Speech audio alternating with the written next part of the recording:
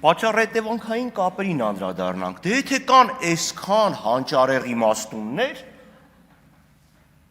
ահավասիկ, վառ ներկայացիչ,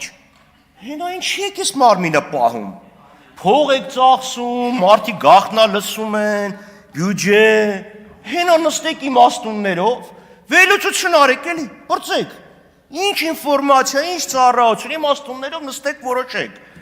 Այս մարդուն էլ ուղարկեք մարդու իրավունքները կպաշտպանի, մինչև այդ մարդու իրավունքներով եք զբաղվում, ողբալի իրավիճակա։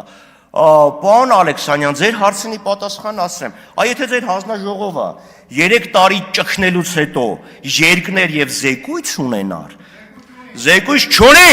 որովհետեւ այդ թղթի տակ ընդամենը 4 հոգի ստորագրած 11 հոգու։ Հարգելի գործընկերներ, ուրեմն ասեք դուք չնչատի, դուք զախողել եք 4 հոգի ստորագրություն կադրատա։ Իջեցրեք։ Լրություն, պարոն Ալեքսանյան։ Պարոն Ալեքսանյան, լրեք մի հատ։ 4 հոգով ձախողել։ Պարոն Խաչատյան, այս ամեն ինչը սկսեց նրանից հետո, երբ որ դուք բարձր տոնի մեջ սկսեցիք բղավել։ Մի բղավեք, հանգիստ տոնով ելույթ ունեցեք։ Որովհետև ձախողված է այդ փաստաթուղթը։ Հիմա մյուս խնդիրը սահմանազատման հետ կապված, պարոն Ռուբինյան, այդ սարեր ձորերը, որ ասում են, մի խելոք մարդ է ասել արտասահմանում։ ՀՀԿ-ն էլ դա արձանագրել է ներակա նախագահության կողմից ուղեցույցում, թե ինչպես պետք է իրականացնել սահմանազատումը, որ եթե կան սարեր եւ ձորեր, այդ սարեր եւ ձորերի շրջանցելու խնդիր կա։ Բայց դեռ հարցս լրիվ ուրիշ է։ Սահմանազատման հետ կապված։ Ասում էին պետք է լինի 75 թվի գենշտաբի քարտեզը։ Բա այդ ինչ եք փոխանակել իրար հետ։ Մյուսը սելայնակիցներ։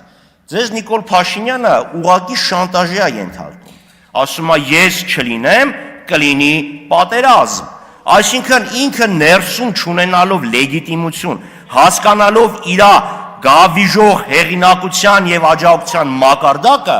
ասում է ես չլինեմ, կլինի պատերազմ։ Այսինքն Ալիևը նստած ասում է ինչ ուզում ալնի, եթե հանկարծ փորձեք իմ են եղբոր ու մեկ միասին մրցանակ ենք ստացել, իրան եթե չընտրեք, ես կռիվ կբերեմ։ Սելայնակիցներ, ձեզ խափում են, կայուն, արժանապատիվ խաղաղության համար Նիկոլ Փաշինյանը պետք է գնա տուն։ Քաղաքացիական պայման